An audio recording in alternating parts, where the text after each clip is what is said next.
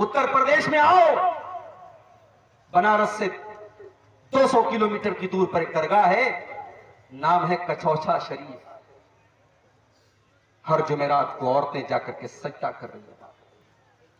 और आगे बढ़ो, लखनऊ के करीब देवा शरीफ, रंडी का नाच होता है वहां देवा शरीफ के उर्स के मौके पर। और आगे बढ़ो, दिल्ली में निजामुद्दीन की दरगाह, वहां पर लोग सजदे कर रहे हैं। और आगे बढ़ो, राजस्थान में अजमेर है, मस्जिद बगल में है, अल्लाह के दर पे सजदा करने वाले नहीं हैं, मगर ख्वाजा मोइनुद्दीन चिश्ती अजमेरी की कब्र पर लाखों लोग सजदा कर रहे हैं। आज का मुसलमान शिर्क कर रहा है। उसके बाद कहता है कि मुझे जूते क्यों पड़ा रहे? तुझे जूते, तुझे अल्लाह ताला ने जिस चीज का तुझे जिम्मेदार बनाया था, ला इलाहा इल्लल्लाह, तूने उस ला इलाहा इल्लल्लाह की को खत्म कर डाला। तूने इतना शिर्क किया है और अल्लाह को छोड़ करके गैरों के दर पर तूने अपनी पेशानी को इतना जलील किया है कि अल्लाह ताला अगर चाहे तो तुझे सब हस्ती से मिटा। कल रात में मेरा प्रोग्राम था यूपी के अंदर, लखनऊ के करीब में जगह रायबरेली। मुझे वहां के नौजवानों ने दावत दी, कहा शेख साहब हमारे यहाँ बिल्कुल अहले हदीस नहीं है, 2-4-5 घर के लोग हैं, आप आइए। पूरा इलाका कब्र परस्तों का इलाका, मोहब्बत रसूल के मौजू पर वहां मेरी तकरीर। बड़ा अच्छा कस्बा है यूपी का रायबरेली, बड़ी तरक्की पे है वहां के मुसलमान। मुसलमान तो है, कौन से मुसलमान है अल्लाह को छोड़ करके गैरों के घर पर सर झुका। दीपावली का त्योहार आया, हमारे कितने मुसलमान गैर मुस्लिमों को मुबारकबाद भी दे रहे थे और बड़े बड़े बैनर लगा रहे थे। इसी बिहार में सीवान में एक जगह मैंने देखा, बैनर लगा था, कोई मुसलमान दुकानदार अपने गैर मुस्लिम भाइयों को दिवाली की मुबारकबाद दे रहा था और बैनर पे लिखा था, मां लक्ष्मी आप पर कृपा करे। यानी मुसलमान को यह भी पता नहीं है कि तौहीद का मतलब क्या है और शिर्क का मतलब क्या है और कौन सी चीज ऐसी है जो उसकी तौहीद को बर्बाद कर देती। कुछ बेशरम मुसलमान है, कहते हैं अरे हम तो बिस्मिल्लाह पढ़ के सब खा लेते हैं। गैरुल्लाह के नाम पर कोई मुर्गा ज़बह किया गया, गैरुल्लाह के नाम पर बकरा ज़बह किया गया, गैरुल्लाह के दर पे चढ़ाई गई मिठाई आई, ये बेशरम बिस्मिल्लाह पढ़ के खा लेता है। कल को सूअर का गोश्त तेरे सामने आएगा तो बिस्मिल्लाह पढ़ के खा लेगा। कल को शराब तेरे सामने पेश की जाएगी तो बिस्मिल्लाह पढ़ के पी लेगा। जितनी हराम शराब है और जितना हराम सूअर का गोश्त है, उतना ही हराम एक मुसलमान के लिए वो चीज है मेरे भाइयों जिस चीज पर गैरुल्लाह का नाम नहीं जानते हमारे मुसलमान। आजकल बड़ा मीडिया में एक मामला चल रहा है, दिल्ली के अंदर एक मुसलमान लड़के ने गैर मुस्लिम लड़की के साथ लिव इन रिलेशनशिप में रहते। अब ये भी चल रहा है समाज, शादी के बगैर लड़का लड़की रह रहे, समाज को कोई एतराज नहीं है, समाज उसको बर्दाश्त कर रहा है। ये नया भारत है, ये आधुनिक भारत है, ये मॉडर्न भारत है। मेरा इस्लाम तो ये कहता है तुम निकाह कर रहे हो, तुम शादी कर रहे हो। मौलवी साहब भी आ गए, उन्होंने निकाह भी पढ़ा दिया, लेकिन आपका मकसद घर बसाना नहीं है, आपका मकसद सिर्फ अपनी शहवत को पूरी करना है। तो कुरान कहता है कि ऐसा निकाह करना जायज नहीं है। मुहसिनीना गैर मुसाफिहीना, निकाह का मकसद घर बसाना है, परिवार बसाना है, सिर्फ अपनी शहवत को और अपनी सेक्सुअल डिजायर को पूरा करना नहीं है। भाई इंसान और जानवर में कुछ तो फर्क होना चाहिए। यानी इस्लाम इस बात की भी इजाजत नहीं देता कि आप निकाह करें इस मकसद के तहत कि हम सिर्फ अपनी ख्वाहिश पूरी करें। नहीं, आपको घर बसाना है, आपको बीवी का हक अदा करना है।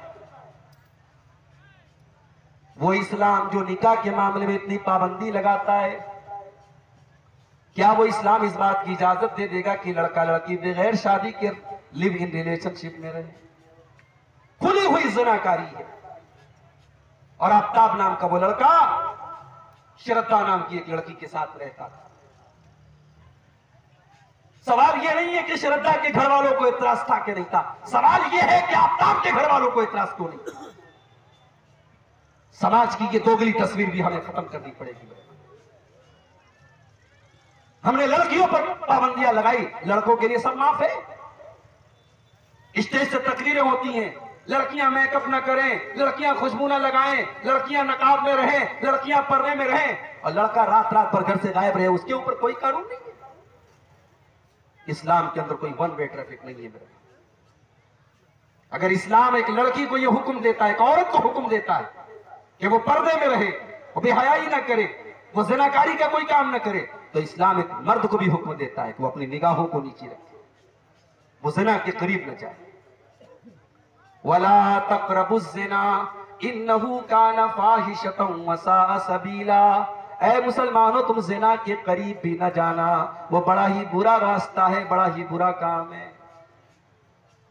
और जानते हो, मैं अभी कटिहार से आपके गांव में आ रहा था, रास्ते में कहीं ब्रिज बन रहा था, ब्रिज के ऊपर रास्ता अभी बना नहीं है, तो ब्रिज के शुरुआत में सरकार ने, गवर्नमेंट ने एक बड़ा सा बोर्ड लगा दिया, जिस पर क्रॉस का निशान बना दिया कि ये रास्ता जाने का नहीं, इस पर मत जाना। इसलिए कि अगर वो निशान नहीं लगेगा, हो सकता है रात का टाइम है, ड्राइवर को पता ना हो, वो ब्रिज पर गाड़ी चला दे और आगे जाकर के एक्सीडेंट हो जाए। इस्लाम ने अगर ये कहा कि जिना का रास्ता खराब रास्ता है, तो इस्लाम ने इस रास्ते पर जगह जगह बोर्ड भी लगाए हैं। घर में देवर भी रहता है, भाभी भी रहती है, इस्लाम ने ये हुक्म दिया। अल्लाह के नबी ने फरमाया, इय्याकुम वद्दुखूल अलन निसा, जो औरतें तुम्हारे लिए गैर महरम है, जो तुम्हारी माँ नहीं है, जो तुम्हारी बहन नहीं है, जो तुम्हारी बेटी नहीं है, जो तुम्हारी बहू नहीं है, उन औरतों के पास तुम न जाया करो, उनके पास तुम तन्हाई में न जाया करो, उनके साथ तुम अकेले में न रहा करो। नबी ने एक लफ्ज कह दिया, जीजा को मना कर दिया गया वो साली को बाइक पर बिठा के सैर न कराए, देवर को मना कर दिया गया वो भाभी के साथ बाइक पर न बैठे, वो अकेले कमरे में भाभी के साथ न बैठे। ये तो हमारे इंडिया का कल्चर है, भाभी मां समान होती है। इस्लाम की नजर में भाभी मां समान नहीं होती। इस्लाम की नजर में भाई के मरने के बाद छोटा भाई अपनी भाभी से शादी भी कर सकता है, भाई के तलाक के बाद शादी कर सकता है, वो आपके लिए गैर महरम है, महरम नहीं है वो आपके लिए, पर्दा है, आपका लिमिट होनी चाहिए आपके उसके पास। इस्लाम ने ज़िनाकारी के रास्ते में मेरे भाइयों बड़े बड़े बोर्ड लगा दिए। खाला का लड़का और खाला की लड़की आपस में गैर महरम में, खाला की लड़की अपने खालाजाद भाई से लिमिट में रहे, हद में रहे, उससे पर्दा करे। फूफी की लड़की, चाचा की लड़की, बड़े अब्बू की लड़की, ये तमाम के तमाम रिश्ते गैर महरम है। आज हमारे समाज में रिश्तों को कोई गैर महरम नहीं समझता। घर में औरतें, चाचा का लड़का घर में आता है, औरतें उससे कोई पर्दा नहीं करती, आराम से उसके सामने जैसे चाहे वैसे बैठ जाती। इस्लाम ने यह कहकर के बस नहीं कर दिया कि जिना के करीब मत जाओ। इस्लाम ने जिना के रास्ते में जहां जहां इंसान जिना के रास्ते पे जा सकता है, इस्लाम ने बड़े बड़े बोर्ड लगा दिए। आप हैरत करेंगे मेरे भाइयों, मेरी माँ और बहन, अल्लाह ताला ने कुरान में यहां तक बताया कि औरत दुपट्टा कैसे पहनेगी। भाई कुरान अल्लाह की किताब, कुरान अल्लाह की किताब है। इस किताब में अल्लाह ताला ने यहां तक हमको सिखाया है कि औरत दुपट्टा कैसे ओढ़ेगी घर के अंदर, अपने ससुर के सामने, अपने जेठ के सामने, अपने देवर के सामने, अपने माँ, अपने भाई के सामने, अपने रिश्तेदारों के सामने वो दुपट्टा कैसे पहने घर के अंदर, घर के बाहर दो नकाब में रहे। फरमाया वलयज़रिबना बिखुमुरिहिन्ना अला जुयूबिहिन्ना, ऐ मुसलमान औरतों, तुम अपने दुपट्टों को अपने सीने पर रखा करो। दुपट्टा कंधे पर रखने के लिए नहीं है, दुपट्टा गले में डालने के लिए नहीं है, अपने दुपट्टों को अपने सीने पर, अपने गरेबान पर रखो। ये नहीं कि चलो हमारा भाई तो है, हमारे ससुर है तो क्या होगा, मुसलमान औरत का दुपट्टा उसके गरेबान पर। यहां तक बताया अल्लाह ने कुरान में कि अगर एक औरत को किसी गैर महरम मर्द से अगर बात करने की जरूरत पड़ जाए तो बात कैसे करें।